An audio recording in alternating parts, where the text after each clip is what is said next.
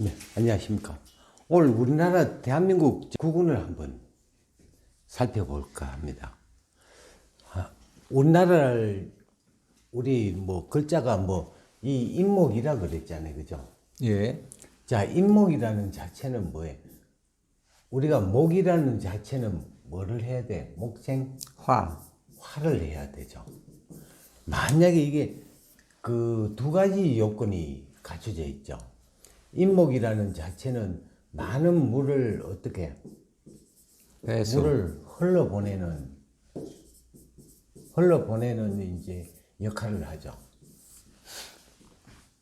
또한 뭐에 목생화를 해가지고 화를 어떻게 화생토까지 가는 어떤 그런 역할을 해야 되는데 이 인목이라는 자체가 결과적으로 자, 인이라는 자체는 인오라든가 인오수를 만나야만이 목생화가 돼요. 그죠? 예. 화가 되면은 화는 이제 자동적으로 화생토를 하니까 결과적으로 이게 이제 화가 와줘야 돼요. 그죠?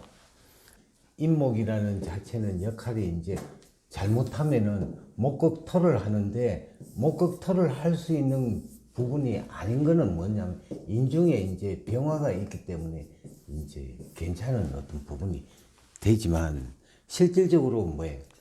우리가 목이라는 자체는 목생화가 원칙이죠. 그죠? 예.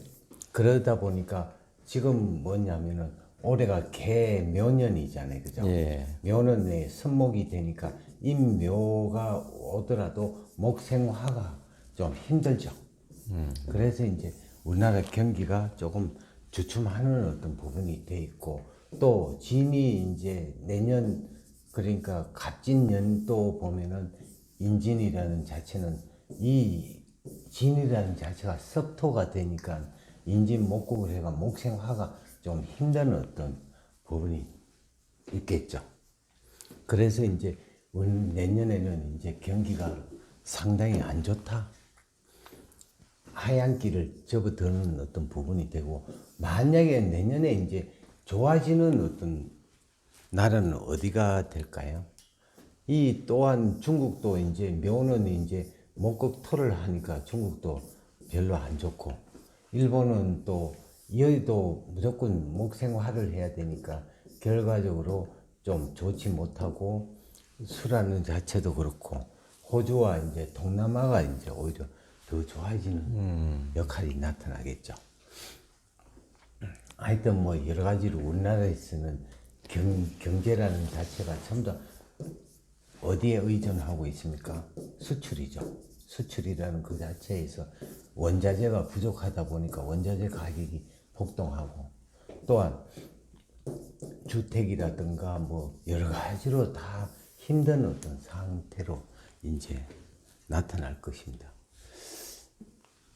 하여튼 뭐 이 우리가 화가 완전히 하고 올라면은 2026년 병호년이 와야만이 이제 되는데 그때까지는 몇 년이 걸립니까?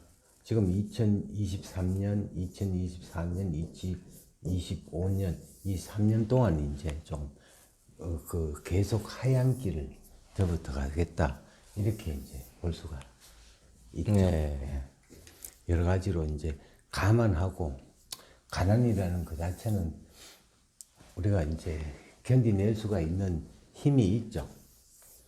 견디면 되는데 이어서 벌려놓으면은 우리가 갑자기 홍수가 이렇게 들이닥치면은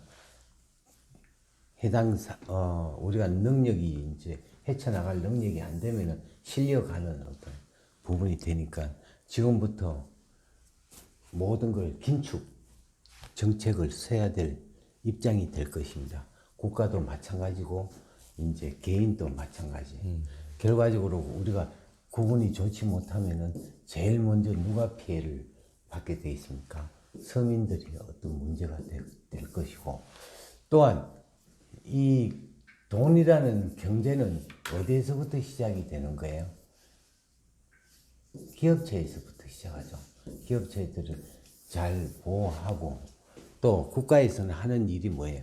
기업을 잘 할 수 있는 어떤 정당성을 대로 이제 유지하게끔 해야지. 뭔가 규제한다든가 이렇게 하면은 기업들은 정당히 또 나름대로 이런 감축이라든가 이런 게 또 나타나기 때문에 항상 국가는 절대 기업을 간섭하지 말고 법을 지키는 어떤 부분, 법대로 할 수 있도록, 또 정치인은 어떻게 국민의 어떤 국가를 원칙으로 하는 애국 정신을 만들어야 될 것입니다. 지금처럼 그 당권에 대한 어떤 그 부분이 너무나 막 싸움이 되니까 사람들이 지쳐하는 그런 부분이 있을 것입니다. 좀 더 현명한 방법은 절대 나라님이 어떻게 가난을 보호해 줄 수 있는 입장이 아니니까 저마다 이제 각자가 도생의 어떤 부분을 대비해야 할 것입니다. 네, 감사합니다.